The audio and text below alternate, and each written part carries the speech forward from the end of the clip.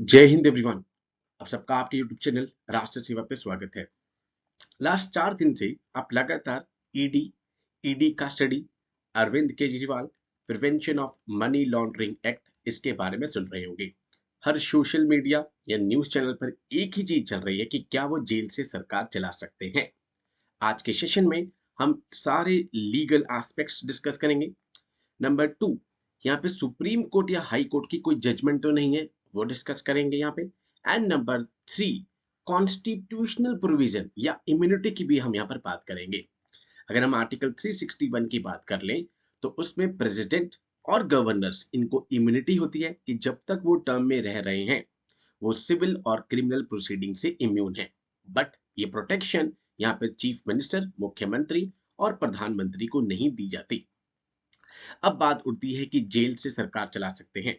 तो at present अगर हम कहें, कोई भी ऐसा लॉ नहीं है जो यहां पर उनको रोक सके कि वो जेल से सरकार ना चलाए। बट इसमें प्रैक्टिकल डिफिकल्टीज बहुत आ सकती हैं, जो कि आज हम डिस्कस करेंगे। That is a Balaji case. अब आरपीए एक्ट 1951 उसकी सेक्शन 8 ये कहती है कि conviction is mandatory for disqualification. That means जब तक वो कॉन्विक्ट नहीं हो जाते तब तक वो डिस्क्वालीफाई नहीं होंगे। दैट मींस जब तक वो डिस्क्वालीफाई नहीं हो रहे तब तक वो अपने पब्लिक ऑफिस पे रह सकते हैं। बट कौन कौन सी प्रैक्टिकल डिफिकल्टीज यहाँ पर हो सकती हैं, यहाँ पर जो आज हम केस डिस्कस करेंगे, that is a Balaji case. जिसमें हाई कोर्ट ने ये कहा कि आपको बार बार अपने सेक्रेटरीज को फाइल लेके बुलाना पड़ेगा।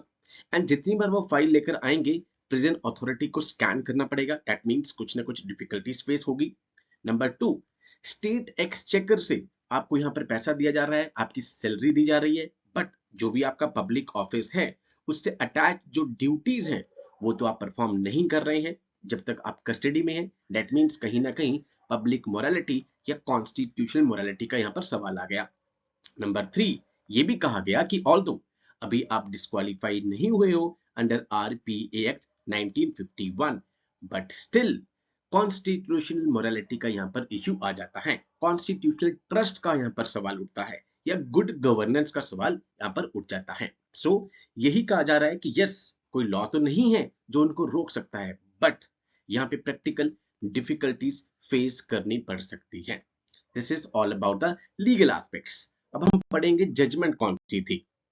S Ramachandran versus V Senthil Balaji.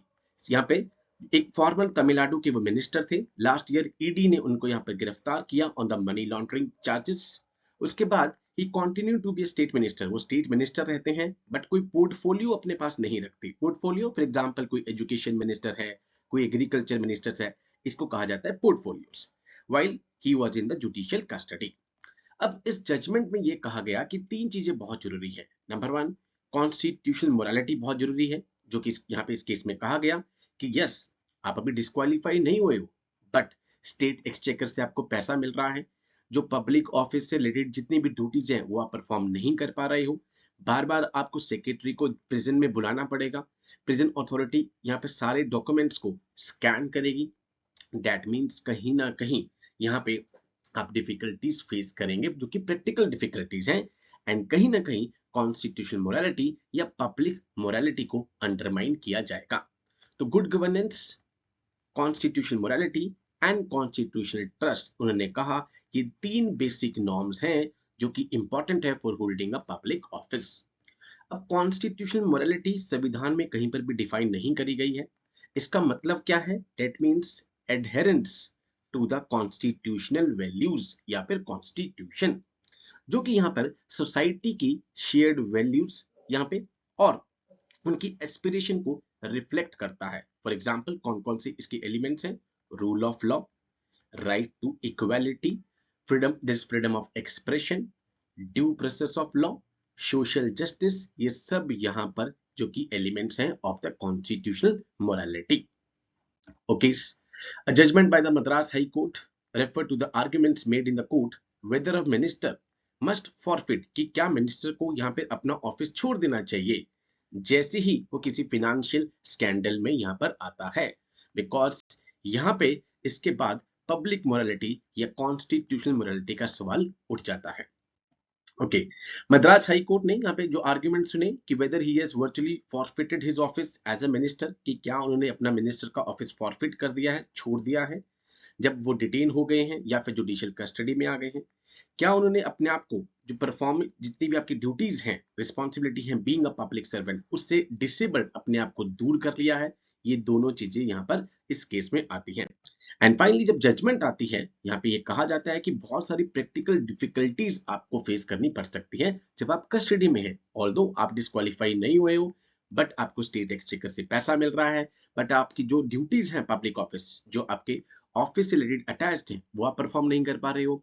Bar bar secretary of the state को बुलाना पड़ेगा आपको, फाइल्स लेकर प्रिजन अथॉरिटी को स्कैन करना पड़ेगा। डेट मीन्स आप बहुत सारी डिफिकल्टीज फेस करेंगे।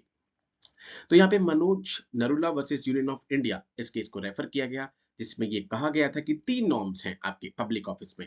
नंबर 1 कि आपको रूल ऑफ लॉ के कॉन्ट्राडिक्टरी नहीं जाना है, one of the element of constitutional morality. Number 2 good governance, आपको लार्ज पब्लिक इंटरेस्ट के लिए काम करना होगा, यहाँ पे नैरो प्राइवेट इंटरेस्ट को ओवरलुक करके। नंबर 3 कॉन्स्टिट्यूशनल ट्रस्ट, आपको हाई डिग्री ऑफ मोरालिटी जो है, जो कि एक पब्लिक ऑफिस के साथ अटैच्ड है, उसको अपहोल्ड करके रखना पड़ेगा।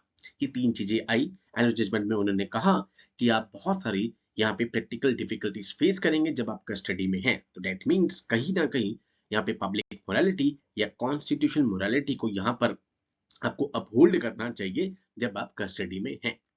तो ये केस था with respect to this ED custody जो कि चल रहा था। तो आपको इसमें याद रखना है, एक तो आर्टिकल 361, बिकॉज अभी केरला ने भी यहाँ पे प्रेसिडेंट को चैलेंज किया, प्रेसिडेंट के ऑर्डर्स को सुप्रीम कोर्ट में।